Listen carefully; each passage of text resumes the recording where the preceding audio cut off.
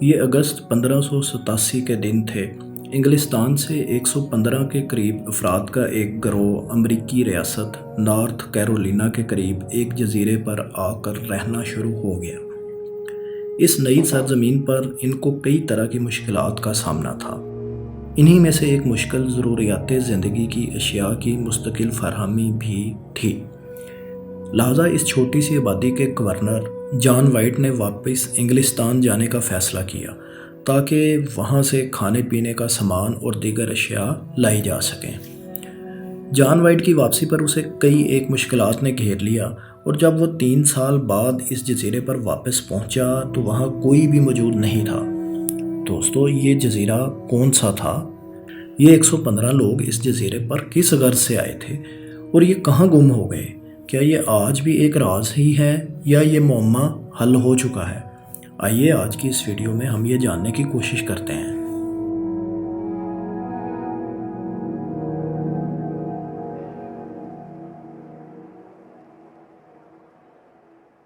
دوستو، 1578 میں ملکہ الزبتھ اول کے دور میں برطانیہ نے شمالی امریکہ کے علاقوں میں برطانوی لوگوں کو لے جا کر آباد کرنے کی کوششیں شروع کر دی تھیں۔ 1584 میں اس کام کی ذمہ داری سر والٹر ریلے کو سونپ دی گئی۔ اسے یہ کام 7 سال کی مدت کے اندر یعنی 1591 تک کرنے کا کہا گیا۔ لہٰذا والٹر کے پاس وقت کم تھا۔ اس نے فوراً ہی ایک بحری سفر کا انتظام کیا تاکہ شمالی امریکہ جا کر صورتحال کا جائزہ لیا جائے اور آبادی بسانے کے لیے وہاں کسی مناسب جگہ کو تلاش کیا جا سکے۔ اس مہم میں 2 کشتیوں پر چند افراد سوار تھے۔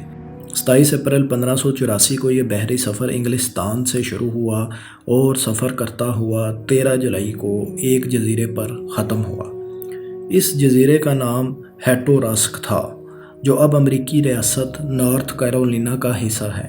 والٹر کے بھیجے گئے افراد اس جزیرے پر اترے اور مقامی امریکی باشندوں نے ان برطانوی لوگوں کی آمد پر کوئی زیادہ برا نہیں منایا اور ان کے ساتھ اچھا سلوک کیا۔ دوستو، یہ مقامی امریکی دراصل سیکوٹن قبیلے سے تھے۔ اس قبیلے کے زیر انتظام نہ صرف یہ جزیرہ بلکہ آس پاس کے بھی کئی ایک جزیرے تھے، جن میں روناک جزیرہ بھی شامل تھا، اور یہی وہ جزیرہ ہے جہاں آگے چل کر برطانیہ نے شمالی امریکہ میں اپنی پہلی بستی آباد کرنے کی کوشش کی تھی۔ دوستو، جب یہ لوگ انگلستان پہنچے تو والٹر کو اپنے کامیاب سفر کی داستان سنائی اور ساتھ ہی یہ بھی بتایا کہ مقامی افراد مہمان نواز ہیں۔ یہ حوصلہ افزا خبریں ملنے پر برطانیہ نے امریکہ میں برطانوی کالونی باقاعدہ طور پر بسانے کی پلاننگ شروع کر دی۔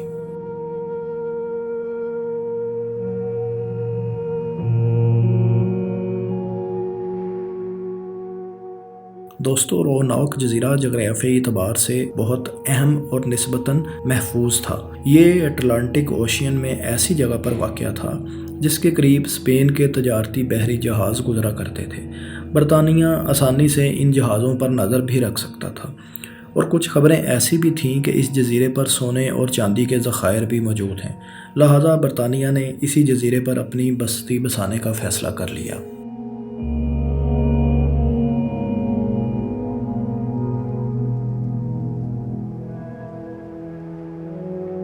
9 اپریل 1585 کو 6 چھوٹے بحری جہازوں پر مشتمل ایک بحری بیڑا سفر پر روانہ ہوا۔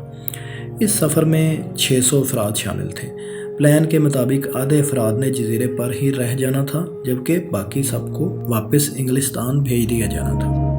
ایک برطانوی مہمجو رالف لین کو اس ممکنہ کالونی کا گورنر مقرر کیا گیا تھا۔ سمندری سفر کی مشکلات کا سامنا کرتے کرتے آخر کار اگست 1585 میں یہ بیڑا جزیرہ روناک پہنچ گیا۔ اس سفر کے دوران ہی انگریزوں نے راستے میں ملنے والے اسپین کے 2 بحری جہازوں پر قبضہ بھی کر لیا تھا۔ دوستو، اس سفر کے دوران برطانیہ کے بحری جہازوں میں سے کچھ سمندر میں ڈوب بھی گئے تھے، جن کی وجہ سے بہت سا کھانے پینے کا سامان جو یہاں کالونی بنانے کے بعد رہائشی لوگوں کے لیے استعمال ہونا تھا، ضائع ہو گیا تھا۔ لہٰذا اب راشن کی قلت کو مد نظر رکھتے ہوئے فیصلہ یہ کیا گیا کہ 300 کی بجائے صرف 100 افراد ہی اس جزیرے پر رہیں گے اور باقی سب کے سب لوگ واپس چلے جائیں گے۔ انگریزوں نے اس جزیرے پر آنے کے بعد یہاں پہ سب سے پہلے سونے اور چاندی کے ذخائر کی تلاش شروع کر دی، لیکن مایوسی کے علاوہ ان کے ہاتھ کچھ نہ آیا۔ موسم سرما کی آمد تھی اور کھانے پینے کا سامان بھی ختم ہونے والا تھا۔ یہ 100 لوگ آس پاس کے مقامی قبائل سے مچھلی اور مکئی وغیرہ لے کر گزارا کر رہے تھے۔ حالات نے تب پانسا پلٹا جب اس جزیرے پر آباد مقامی امریکی قبیلے سیکوڈن کا سردار بیمار ہو گیا۔ دیکھتے ہی دیکھتے اس قبیلے کے مزید لوگ بھی بیمار پڑنے لگے۔ قبیلے کے لوگوں کا یہ خیال تھا کہ یہ بیماری ان انگریزوں کی وجہ سے آئی ہے۔ قبیلے کا سردار ان لوگوں کے سخت خلاف ہو گیا اور ان کا بائیکاٹ کر دیا۔ اب ان کا گزارا مشکل ہوتا جا رہا تھا۔ خوش قسمتی سے ایک برطانوی نیوی افسر مہم جو سر فرانسس ڈریک اسی سمندری راستے سے انگلستان واپس جا رہے تھے۔ اس جزیرے پر آباد برطانوی باشندوں نے ان سے مدد مانگی۔ مہاجر انگریز گورنر رالف لین نے ان کو ساری صورتحال سے آگاہ کیا اور اس طرح یہ تمام افراد جولائی 1586 یعنی تقریباً 1 سال روناک جزیرے پر رہنے کے بعد اس نیوی افسر کے بحری جہاز میں امریکہ سے واپس انگلستان آ گئے۔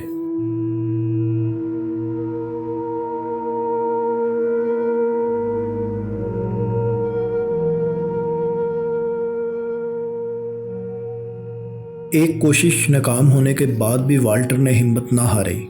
اس بار اس نے اپنے ایک قریبی ساتھی جان وائٹ کو یہ ذمہ داری سونپی اور فیصلہ کیا گیا کہ اس بار رانوک پر آباد ہونے کی بجائے کسی نئی جگہ پر بستی بسانے کی کوشش کی جائے، کیونکہ وہاں کے مقامی لوگ اب برطانیہ کے باشندوں کے سخت خلاف ہو چکے تھے۔ اب کی بار 115 لوگ اس مشن میں ساتھ جانے کو راضی ہوئے۔ یہ سب لندن کے مڈل کلاس لوگ تھے۔ اس بار اس مشن میں عورتیں اور بچے بھی ساتھ تھے۔ 8 مئی 1587 کو 3 بحری جہازوں پر مشتمل یہ سمندری سفر شروع ہوا۔ پلان کے مطابق اس بار چیسپک بے پر اترنا تھا، لیکن غلطی سے برطانیہ کے بحری جہاز ایک بار پھر رانوک پہنچ گئے۔ اس آئی لینڈ پر پہنچنے کے بعد ظاہر ہے ان لوگوں کو وہاں پہلے والے انگلش لوگوں کے ٹوٹے پھوٹے سامان کے علاوہ کچھ بھی نہ ملا۔ انہوں نے مقامی لوگوں سے تعلقات بحال کرنے کی کوشش تو کی، لیکن کوئی مثبت رد عمل نہ مل سکا، بلکہ ان مقامی افراد نے ایک برطانوی شخص کو اکیلے پا کر قتل بھی کر ڈالا۔ اب فیصلہ کیا گیا کہ جان وائٹ واپس برطانیہ جائے اور ملکہ کو ان حالات سے آگاہ کرے۔ 27 اگست 1587 کو وائٹ ان سب برطانوی لوگوں کو، جن میں اس کی اپنی بیٹی، داماد اور ایک نومولود بیٹی بھی شامل تھی، چھوڑ کر واپس برطانیہ روانہ ہو گیا۔ اسے بالکل بھی معلوم نہیں تھا کہ وہ ان سب لوگوں کو آخری بار مل رہا ہے اور اس کے واپس آنے تک دنیا کی تاریخ کا ایک پراسرار ترین واقعہ رونما ہو چکا ہوگا۔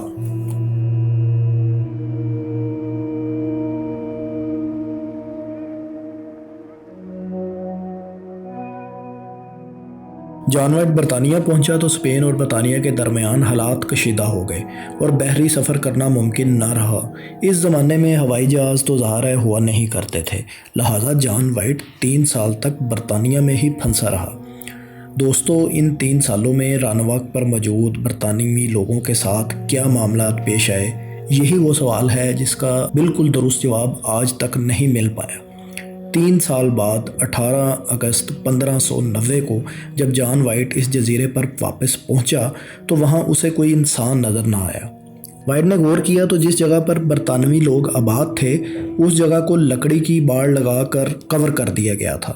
انسانی ضروریات کا اسے کوئی خاص سامان بھی ادھر نظر نہ آیا، صرف ٹوٹی پوٹی چند جھونپڑیاں تھیں جس میں یہ لوگ رہائش پذیر تھے۔ البتہ جگہ جگہ درختوں پر کرو اور کروٹون لکھا ہوا تھا۔ وائٹ یہی سمجھا کہ یہ لوگ قریب ہی واقع کروٹون نامی ایک جزیرے پر منتقل ہو گئے ہیں۔ وائٹ اس جزیرے پر جانا چاہتا تھا، لیکن ان کے بحری جہازوں کو فوری مرمت کی ضرورت تھی، لہٰذا اسے واپس انگلستان جانا پڑا۔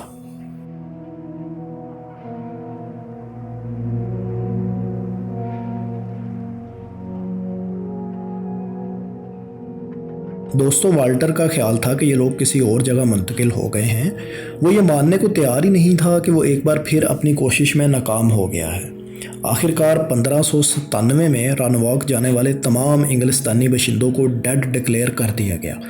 والٹر اپنی ہار تسلیم کرنے کو پھر بھی تیار نہیں تھا، لہٰذا اس کے بعد بھی اس نے ان لوگوں کو ڈھونڈنے کی کوششیں جاری رکھیں، البتہ اسے کوئی کامیابی نہ مل سکی۔ 1603 میں والٹر کو بادشاہ کنگ جیمز کے خلاف پلاننگ کرنے کے الزام میں گرفتار کر کے جیل میں ڈال دیا گیا تھا۔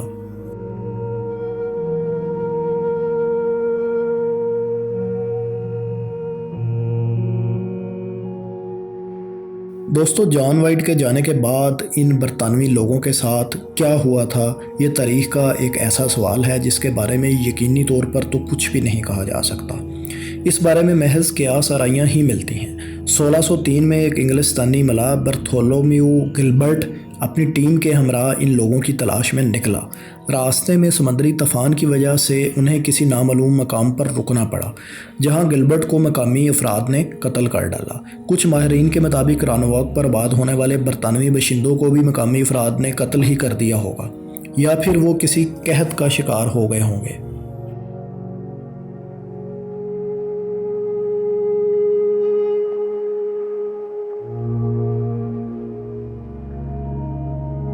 اسپین شروع ہی سے انگلش باشندوں کی نقل و حمل پر نگرانی رکھے ہوئے تھا۔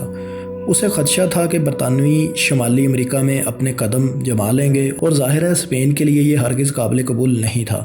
اسپین کو یہ خبر بھی ملی تھی کہ برطانوی لوگ رانواک پر ہیرے کی ایک کان ڈھونڈنے میں کامیاب ہو چکے ہیں، لہٰذا اسپینش فوجیں برطانوی لوگوں کے پیچھے تھیں۔ لیکن بعض مورخین کے مطابق اسپین کو بھی ان برطانوی باشندوں کا کوئی سراغ نہیں مل سکا تھا۔ شاید اسپینش جب رانواک پہنچے ہوں گے تو برطانوی لوگ یہاں آباد ہونے کی پہلی ناکام کوشش کرنے کے بعد واپس لوٹ گئے ہوں گے۔ دوستو جزیرہ رانواک آج بھی اسی جگہ موجود ہے۔ یہاں کی آبادی 7000 کے لگ بھگ ہے۔ اس تاریخی واقعے کے بارے میں تحقیقات آج بھی کسی نہ کسی صورت میں جاری ہیں۔ دی برٹش میوزیم لندن میں جان وائٹ کے اپنے ہاتھوں سے بنایا گیا ایک نقشہ آج بھی موجود ہے۔ اس نقشے پر نظر آنے والی سیاہی سے 2 قلعوں کی نشاندہی کی گئی ہے۔ ان میں سے ایک قلعہ رانواک آئی لینڈ سے 50 میل کی دوری پر ہے۔ 2015 میں ماہرین نے اس جگہ کا معائنہ کیا تو انہیں کھدائی کے دوران انگریز باشندوں کے استعمال کی کچھ اشیاء ملی، البتہ کوئی قلعہ نظر نہ آیا جو نقشے میں دکھایا گیا تھا۔ اسی طرح اس جگہ کے آس پاس کھدائی کرنے سے برطانیہ میں استعمال ہونے والے چند پرانے برتن بھی ملے، لیکن دوستو یقین سے نہیں کہا جا سکتا کہ یہ لوگ اس جگہ منتقل ہو گئے ہوں گے، کیونکہ یہ جگہ اس وقت مقامی امریکی قبائل کا گڑھ تھی، اور برطانوی لوگوں کا اس جگہ جا کر آباد ہونا یقیناً خطرے سے خالی نہیں تھا۔ یہ بھی قیاس کیا جاتا ہے کہ امریکی قبائلیوں نے ان لوگوں کو مار دیا ہوگا، اور ان کے استعمال کی اشیاء وہ اپنے ساتھ یہاں پر لے آئے ہوں گے۔ سچ کیا ہے یہ بہرحال ایک معمہ ہی ہے، اور حقیقت میں ان لوگوں کے ساتھ کیا ہوا تھا اس بارے میں صرف اندازے ہی لگائے جا سکتے ہیں۔ دوستو آپ کو ہماری یہ ویڈیو کیسی لگی کمنٹس میں اپنی رائے سے ضرور آگاہ کیجیے گا۔ شکریہ۔